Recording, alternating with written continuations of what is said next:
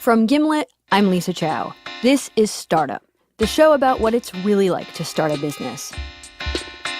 We've reported on a lot of companies and founders in the nearly 3 years since the show launched. We've updated you on our own company, Gimlet Media, but we've never reported back on any of the others we followed. So on this episode, that's what we're doing. Returning to some of the founders who let us in as they raised money, built their companies, and shifted business models. A lot has changed for all the people we'll hear from in this episode. When we met them, they'd embraced being entrepreneurs. It was the identity that fit them best. But now, years or months later, we're checking back in to see, does that label still fit? And just a quick warning, there's some swearing in this episode. One of the companies we followed in season 3, the season about endings and almost endings, was Bento, an on-demand food delivery company founded by two guys named Jason DeMont and Vincent Cardillo. Molly Messick reported that story, and she has this update. When our episode ended, it was just over a year ago, and Bento's founder, Jason, had just left me this message. It's Wednesday, 3:15, as of 2:39 p.m., our round is closed. Got the last 10K, pushed us over 100K. Yay. $100,000 was the amount of money Jason thought he needed to get the company to profitability. At the time, he told me it was the last raise he planned to do. By then, Jason had been through a lot with Bento. He pitched the company as the restaurant of the future, a restaurant you'd never have to visit because its food would come to you. Delivery would be extremely fast because as soon as you placed your order in the Bento app, the app would ping a driver nearby. Drivers would have ready-made dishes there in the car, prepared in Bento's kitchen, and they would put together your order, grabbing the food from special bags designed to keep it hot or cold. Jason envisioned that someday, Bento could be as ubiquitous as Chipotle, without the expensive storefronts. But it'd be more than a restaurant. It would be a scalable tech company. At the time Jason and his partner Vincent started Bento, that vision seemed very possible. Venture capitalists were pouring tens of millions of dollars into on-demand food startups like theirs, companies like Spoon Rocket, Sprig, and Munchery. Jason and Vincent were able to raise $1.5 million. But within a couple of months of launching, they struggled. They ran into problems managing their kitchen and controlling delivery costs. At one point, they were losing $20 on every bento box they sold. After one especially rough day, Jason recorded this conversation with his wife, Sharon. Next week is going to be awful. Like, really, really awful. And so I think we may shut off tomorrow. You mean like close Bento? Not close Bento. By the way, I'm recording this. Okay. Can you please explain more what you're talking about? Because it sounds like you're closing down Bento. We're not closing it down, but we basically like becoming like a catering business. Oh. Bento pivoted. By the time its transformation was complete, the company was selling its meals through third-party catering startups instead of delivering them directly to customers. And Jason's co-founder, Vincent, had found a job outside the company. Jason had cut his own salary, and he was dipping into personal savings to cover basic expenses, which was kind of stressful because Sharon is a stay-at-home mom, and they have 2 young kids. Jason needed more money to keep Bento's doors open, and when we left him last May, he'd pulled off that $100,000 raise. He was optimistic, but turning Bento into something sustainable seemed like a long shot, and I felt nervous for him. After the episode aired, I stayed in touch with how Bento was doing through a monthly email that Jason would send out. It was meant for investors, but he'd added me to the list. And for a while, it seemed like things were going the way Jason hoped. Catering orders picked up, and the company got closer and closer to profitability. But then came the September email. So where do you want me to see? You want me to just start at the top? Yeah, if you wouldn't mind just starting at the top. When I called Jason back recently, I asked him to read it to me. Unfortunately, this is not a positive monthly update. In the span of 4 days, we lost around 40% of our recurring revenue. We recovered half of the lost revenue, but that's not enough. We have not fully paid September rent. Oh, yes. It lays out what happened in painful detail. In late August, Bento hit its magic break-even number, more than $20,000 in revenue in 1 week. But then came a fateful order from a big catering partner. It was an order for sushi burritos, and the partner sent them back. They rejected our delivery because the burritos weren't at the proper temperature. On top of that, 2 other catering startups that had been getting food from Bento slashed their orders. Jason started looking for opportunities to merge or get acquired by another company. But one by one, potential partners dried up. And by December, Jason faced a choice: keep going on his own or close Bento. I looked at all of the options that I was thinking about, and I was basically out of them. And so that was the point I decided to shut it down and told my employees, 2 days later, and shut down a week after that. And that was pretty much it. Were you taking a salary at the time Bento closed? Yeah, $40,000. So not a sustainable salary, but had I been more optimistic about the future, I think we could have continued, but I wasn't. I just didn't know where that growth was going to come from anymore. Right. You don't have to answer this question, but I'm going to ask it. Okay. How much of your savings did you ultimately use to keep running Bento? I'm not even sure I know the answer to that. I think ignorance is a bliss when it comes to that. A good portion. It never got so low where, I felt like I was putting our family in jeopardy. But obviously, the history of us having the conversation of, I think this is the last one, and then me continuing to take money out. So it went much lower than I thought I would go, but never to the point of where I felt like I was really taking a humongous risk. When Jason says us having the conversation, he's talking about conversations with Sharon, his wife. They were at home at their apartment in Oakland when I called, and they just put their 2 young daughters to bed. I'd actually love to chat with Sharon if she's there and handy. Is she available? Yeah, she's here. I've been cleaning the house the whole time and listening. Hi, Sharon. How are you? Hi. Good. How are you? I wanted to hear what Bento closing meant for Sharon, because she's been in this with Jason, experiencing the ups and downs along with him. And she talked to me about how isolated she felt while he was working long hours at the company. Do you remember when he told you that he was going to close the company? I remember him telling me a few times, just because I feel like I'd heard it so much I didn't believe him. So it's like when he actually did decide to close it, I kind of just said, okay. And then when he gave me like a date, I think that was when I really started to believe him. And what did you feel in that moment? Obviously it was bittersweet, but it was more sweet for me.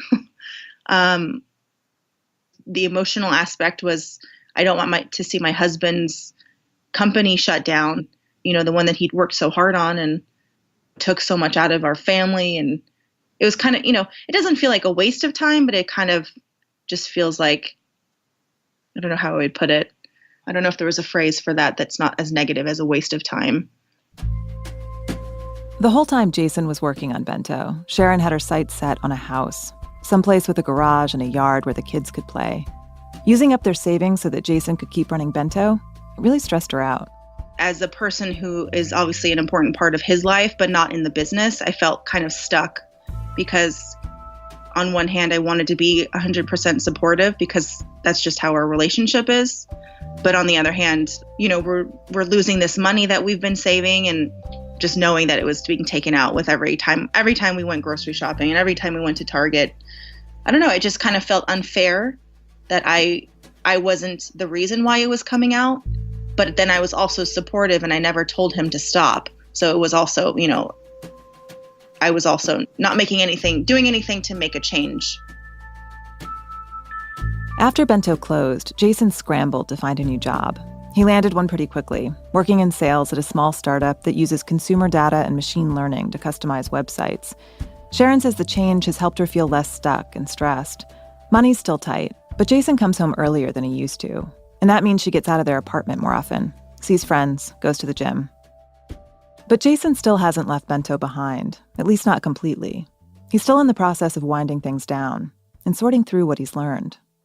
Some of what you said made me think that, had you known how things would go, you might have made the decision earlier to stop. Oh, yeah. Yeah? I mean, you want to go even more what if scenario. Sometimes people will ask, would you do this business again, or do you regret it? I don't know what the best way to phrase the question. I would I am grateful for everything I learned and experienced through Bento, but if I could do it all over again, I would not start Bento. I would much rather gain that experience and learn those things with a different business. Wow, that's a big statement. The truth is, I had 0% chance of success with the business that I started. There was no possible chance I could have made that work. I truly believe that now. Now, had I started with the catering business, I could have made that work, but that wasn't a business I was interested in running. I would have never started with the catering business. And you're saying like you just learned through experience that there was no way to make the economics work if you were selling directly to customers. The model was just not going to work. Nope, never. It literally never had a chance. Jason believes that not only because of his own experience, but because of what happened at other startups that tried to figure out on-demand food delivery. A company called Maple that had the backing of celebrity chef David Chang and raised a reported $50 million in venture funding struggled with some of the same problems Bento did, keeping costs down and keeping meals affordable. It closed last month. So did Sprig, which raised $57 million. Jason says one big takeaway of Bento for him is that he's not good at setting rules for himself. He's not good at saying, okay, if we haven't gotten the company to this level of revenue by this date, we're done. If he starts another company, he'll want to do a better job of that. But on the other hand, he's also glad he's stuck with Bento and tried as hard as he did to make it work. Jason Calacanis, my biggest investor and probably one of the most important people that was involved with Bento in terms of the investor side, he greatly admired my persistence. We were having lunch, and this was a quote from him, and I shared it with Sharon, of course, and he said, of the people that he's invested with and failed, I tried the hardest. And there's honor in that. Yeah. I'm the king of the losers. But it was still a compliment, right? For now, Jason is focusing on stability, building up some savings. He says he thinks about starting another company, but it will be a while before that happens.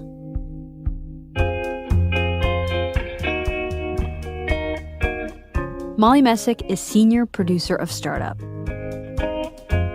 Coming up, there is going to be a billion-dollar company that provides on-demand dates, and Dating Ring is going to be that company. That's Lauren Kay from Dating Ring, the company we followed for all of season 2. Where she and her co-founder Emma Tessler are now, that's after the break.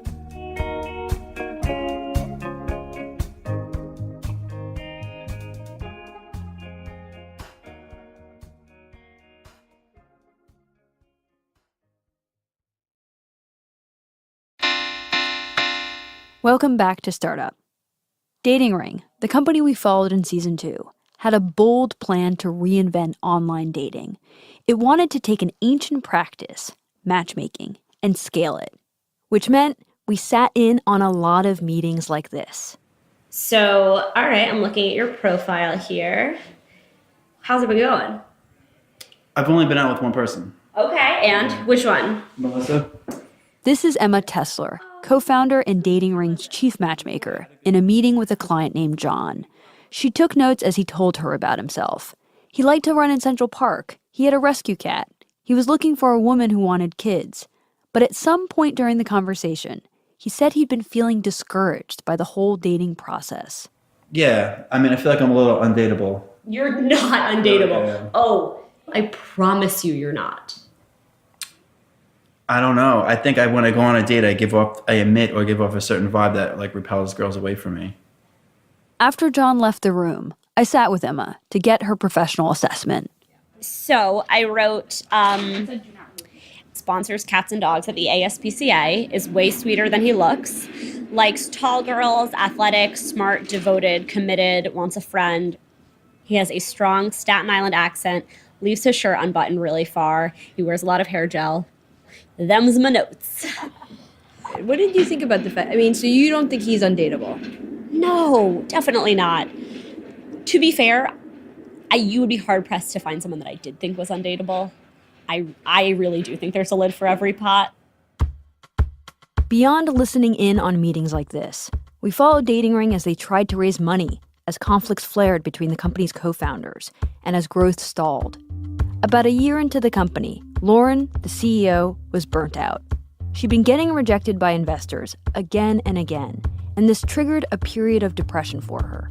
I just tumbled and tumbled and tumbled until I hit rock bottom. And I was just sitting at my computer, my fingers resting on my keyboard. And it was one of the first times I was working with employees who started working for Dating Ring. I was watching them work. And I was thinking, wow, I'm a useless person. I'm supposed to be the CEO. They haven't worked around me before, and I'm just staring, like, doing nothing. Then, almost a year later, Dating Ring came very close to running out of money. The company's matchmakers were nervous about what would happen next. I talked to one of them, Shirley Markowitz. I never started looking for a job. I mean, I'm going to tell you, everyone told me to look for a job, and everyone was like, you are nuts. Because they'd be like, how's your company doing? I'm like, ooh, terrible. Like, my company's doing real bad, you know? Like, no new members coming in. It seems like we're really, like, getting down there. By early 2015, Lauren and Emma had decided to quit fundraising and turn Dating Ring into what is known in Silicon Valley as a lifestyle company. A company that isn't trying to grow rapidly, but is more focused on becoming profitable. That's where we left them. And to be honest, when I stopped reporting on Dating Ring, I sort of expected they'd limp along for another couple of months before shutting down. But that's not what happened. A couple weeks ago, I made a visit to Dating Ring's office in downtown Manhattan. My God, it's so good to see you. Come on in. The company is still operating out of the same co-working space it did 2 years ago. But its founders, Lauren and Emma, are gone. Shirley, the matchmaker, though, she's still there. My name is Shirley, and I'm the CEO of Dating Ring currently, which is very exciting. Shirley is now running Dating Ring, and the company has stopped hemorrhaging cash. It's profitable, with nearly 30,000 free and paying members in New York, San Francisco, Los Angeles, Boston, and Washington, D.C. And the way Shirley's made Dating Ring profitable is by cutting costs. She's now the only full-time employee, but gets by with the help of 7 part-time matchmakers. She draws a salary, but doesn't have much equity in Dating Ring. Lauren still owns the biggest stake. But that doesn't stop Shirley from pouring all of her energy into the company. It does feel like a baby to me, and I care about it a lot, and I feel invested in it, and it's definitely a weird feeling to feel invested in something that is mine but not mine, and that the people that we were in it together, they don't have the same feelings about this baby anymore. And I get this. For me, it was hard to imagine Dating Ring continuing to exist without Lauren or Emma. I wondered how they felt about it, about this thing, their baby, continuing on without them. So how have you been? I've been doing really well. I called up Lauren, Dating Ring's former CEO. I left Dating Ring not too long after we finished recording and just entered a completely different phase of my life, much calmer, much happier, and definitely not as exciting. Lauren told me she left Dating Ring because running a small company that's not pushing for growth just wasn't something she was particularly interested in doing. And she knew that because she'd already run one small business, her first company, a childcare service called Smart Sitting, which she started in college. But Lauren said that even though she wanted to leave Dating Ring, not running a business felt really strange to her at first. You know, I started my first company halfway through college, and then my second company while I was still working on my first. And I was always very busy, very type A, working on a million things. And all of a sudden I had a lot of free time, and it was weird, and I was happy, but I felt really confused about who I was and what I was doing. And, you know, my friends and family very much saw me as an entrepreneur, and everyone would always say, oh, what are you going to do next? This period of confusion lasted a year. Lauren considered applying for law school, business school, and she interviewed for a handful of full-time jobs, but her heart wasn't really in it. She kept her spirits up by running and cooking. She was also tutoring students in math and test prep, something she'd always done, and she was making good money doing it. And I was meeting with Emma, telling her that I was still unsure, you know, what I wanted to do next. And she was like, Lauren, you're tutoring, you're doing well financially, you're really happy. Why can't you just do that?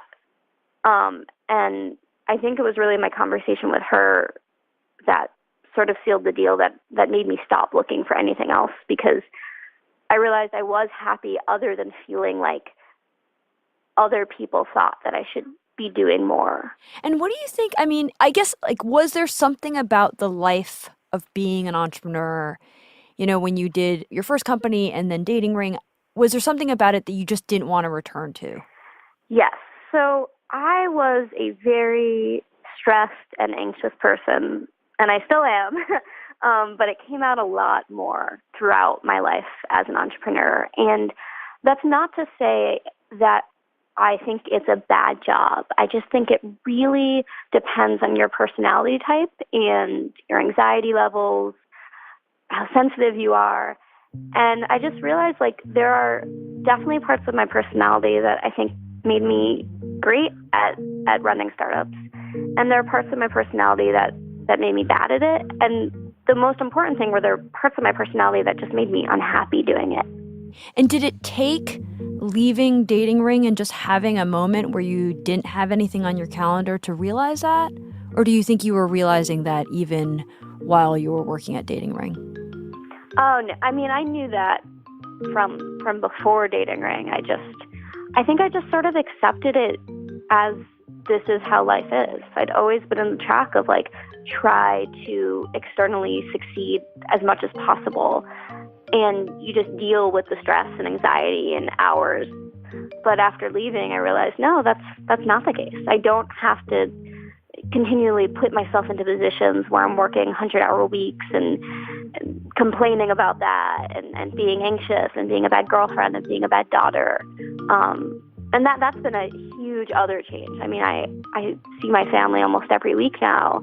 I've formed relationships with my brothers as an adult and with my parents. And before that, it was just, you know, phone calls when I had time, saying I was stressed and getting back to work. But despite all of this, Lauren doesn't regret her years spent trying to build the Uber of dating. I think regardless of what I do with the rest of my life, I'm really happy that I had those experiences. I think I learned a lot in a very short amount of time. I think sometimes people stay in their career for decades before realizing they're unhappy and changing. Like, I had my midlife crisis at 26. So I was able to fast forward a bit and focus on what's important and spend more time with my family and, you know, get healthy and, you know, save myself a decade or two there. Lauren's co-founder, Emma, on the other hand, had never identified as an entrepreneur before Dating Ring, but she had dreamed of being a matchmaker. And so when she got connected to Lauren, who had just started the company, it seemed kind of meant to be. I loved being a matchmaker. I think what we did and what Shirley is still doing was so cool. And so I miss that for sure. But Emma says after Lauren left Dating Ring, she realized she had some unfinished business to do. Emma had dropped out of college when she was 20. She'd been depressed. When she was a sophomore, her sister had died of leukemia. Emma told me she also wasn't very good at school. She hated being constantly evaluated. She'd skip class, not do her homework. But running Dating Ring had given her a new confidence, and she felt like now was the time to go back. At first, she says, she thought she could do both. I decided, I'm going to start school and I'm going to do Dating Ring part-time and school full-time because I'm like some kind of moron. And I couldn't do it. Unsurprisingly, I mean, everyone was like, there's no way you can do it. I was like, fuck you, I can do anything. But no, they were right, and I couldn't. Emma officially left Dating Ring about a year after Lauren did, and is on track to graduate in January. She plans to get her master's so she can practice therapy in New York. When you left, tell me how you felt about not being involved in Dating Ring kind of day to day. I felt and still feel, it's the same feeling, hugely, hugely guilty. It feels super weird to birth a company and put every ounce of your energy into it and do that for 4 years and then have nothing to do with it, you know? it's like sending a 4-year-old off to boarding school. And you're like, okay, bye-bye. Like, send me some emails. Like, you don't do that. You're just a 4-year-old. That was a lot of my identity, was running that company. And not having that is a huge loss. But Emma says there are a lot of things about startup life that she doesn't miss. That sort of constant level of not knowing what's in front of me and having my future be uncertain and not knowing, is this company going to survive? If it is going to survive, what is it going to look like? Is it going to be recognizable to me? You know, I'm a student, and nothing is more planned than studenting, right? I know when every final is going to be. I know when every homework assignment is due. And going from such deep uncertainty to having everything planned for you is a really big change in my stress level and, you know, how well I'm able to sleep and things like that I didn't take into account. So you have no interest in running your own business again? No. Did it sound like maybe I was going to throw up just then? Like I had a small stroke?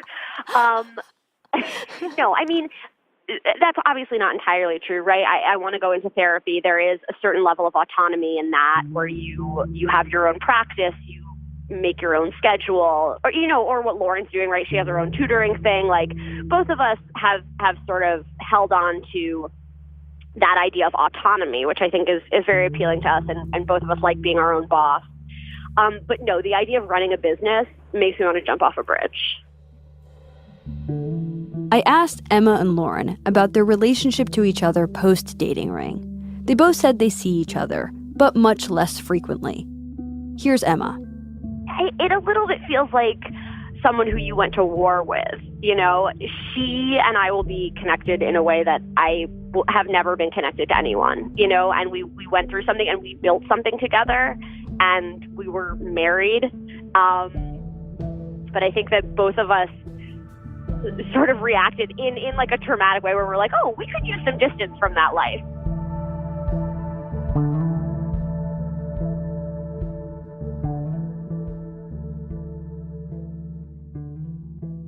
Our next founder is struggling to find that distance. We met Mary Going in season 3. By the time she'd started her custom suit business, Saint Harridan, she was already a serial entrepreneur. She'd started a website design firm just as the internet was taking off and ran a successful hot sauce company for 5 years before selling it. Then she moved on to an idea that was particularly close to her heart, making clothes for masculine women and trans men. Producer Luke Malone has this update. Mary's never been comfortable wearing women's clothes. Back when she was a kid growing up in South Carolina, she would cry every time her mum tried to put her in a dress. She preferred pants and a little sheriff's outfit if at all possible. She has this particularly vivid memory of the time her mum made her wear a dress on her first day of school. I screamed and cried, and by the time we got to the school and I was dressed in this gross, yellow, frilly dress, I was screaming, hanging onto the edge of the doorway, begging her not to make me wear that to school, not to make me go into that classroom and let people see me in that dress. Mary's pretty butch. As an adult, she started shopping in the men's department, but she quickly discovered that men's clothes don't always fit her properly. Shirts, for example, are tight across her chest or loose around the biceps. When it came to buying a suit for her wedding, she knew a men's suit wouldn't work. She tried on a bunch, but men's suits are cut for men's bodies, and the dimensions weren't right.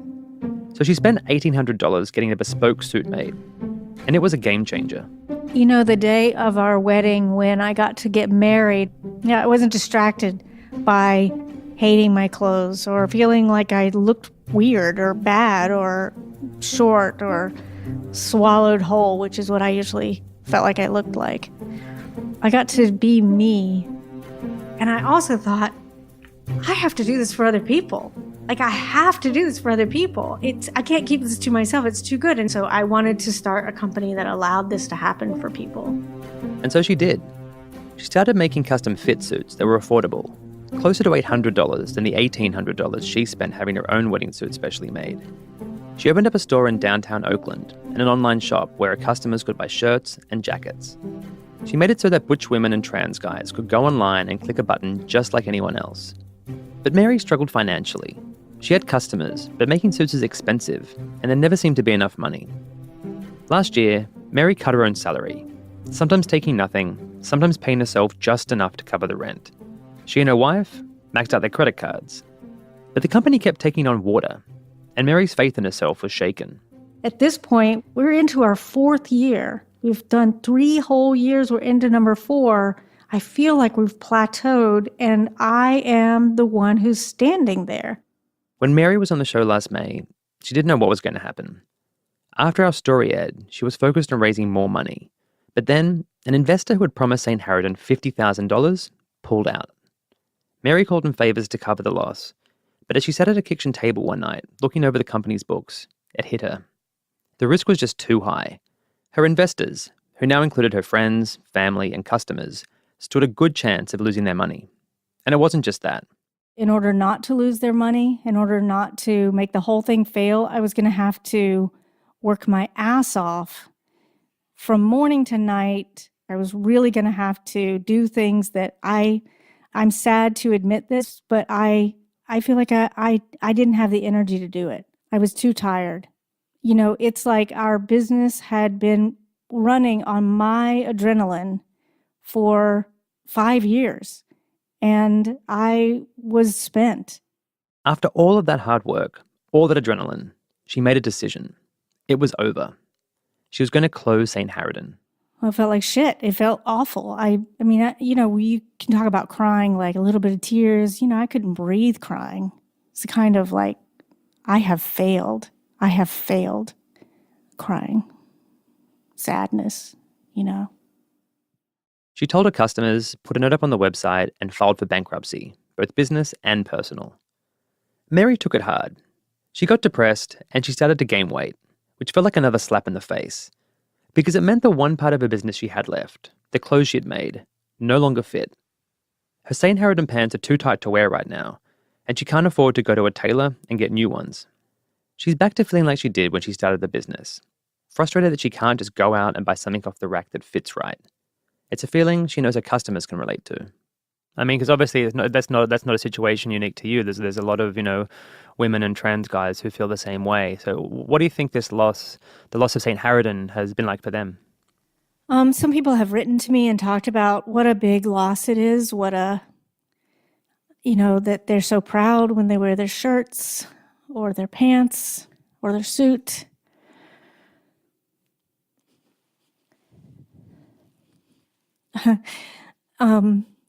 A person wrote me to say she's so scared she's going to spill something. It's a loss. It really is a loss. Mary closed Saint Harridan 5 months ago. She landed a temporary job teaching a business class at a small college, and she's spending more time with her wife and kids. She tells me she's putting some space between the minutes. She's also been looking for full-time work, but it's been a bit of a struggle. Not the finding work part, but what having a full-time job would mean for her. Mary hasn't worked for someone else in almost a decade, and she finds it hard because her mind is somewhere else. Everything I think, everything I read, all of it gives me ideas for businesses to start. It makes me want to start another business. That's the hard part. Having to become somebody that doesn't really feel in alignment with who I am. Because I have to be practical and make money for retirement. When Mary closed Saint Harridan, she lost more than just a business. She had to turn her back on something that feels like a key part of her identity, running her own company and being an entrepreneur. Luke Malone is a producer of StartUp. And before we go, we have some news about someone else who's been on the show, Mike Hallett from Pirate Joe's. He made a business of driving Trader Joe's groceries across the border into Canada and reselling them at higher prices out of a rented storefront in Vancouver. He'd been fighting off a lawsuit from Trader Joe's for years, and last week, struggling to raise money to cover his legal costs, Mike agreed to close his store. When we caught up with him a couple of days ago, he told us that customers were still stopping by, hoping to snag one last container of sea salt chocolate almonds. But Mike himself is over it. Sort of. I've had so much Trader Joe's stuff over the years that there's part of me is just like, if I never have another Trader Joe's crack, that'll be fine. But I see the veggie burrito, I'm like, oh, I could have another. That's a pretty damn good burrito. Oh, and there's the chili rellenos. Yeah, maybe I should mic up a chili relleno. God, those are good. But the days of incognito trips to buy thousands of dollars worth of gluten-free pancake mix and triple ginger snaps, they're over.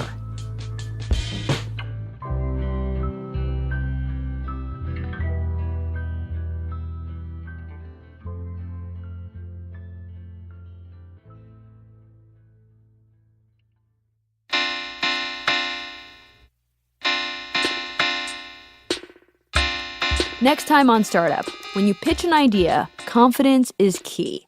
And Mason Gordon definitely has confidence. I kind of jumped up on his couch and I said, the whole league is going to be full of guys that dunk like LeBron James and Dwayne Wade. It's going to be insane. And he was like, get out of my office. You're a maniac, and never talk to me again. What it takes to create a brand new sport. That's next week. Startup is hosted by me, Lisa Chow. Our show is produced by Bruce Wallace, Luke Malone, Simone Polanin, Emmanuel Berry, and Amy Standen. Our senior producer is Molly Messick. We are edited by Caitlin Kenny and Pat Walters. Production assistance and fact-checking by Alvin Mellis. Mark Phillips wrote and performed our theme song. Build Buildings wrote and performed our special ad music. Additional music by Jay Poetic, Get Better, HotMoms.gov, and the iconic Bobby Lord. David Herman and Mark Wilkening mixed the episode. To subscribe to Startup, go to Apple Podcasts or whichever app you like to use. Or check out the Gimlet Media website, gimletmedia.com. You can follow us on Twitter @PodcastStartup. Thanks for listening. We'll see you next week.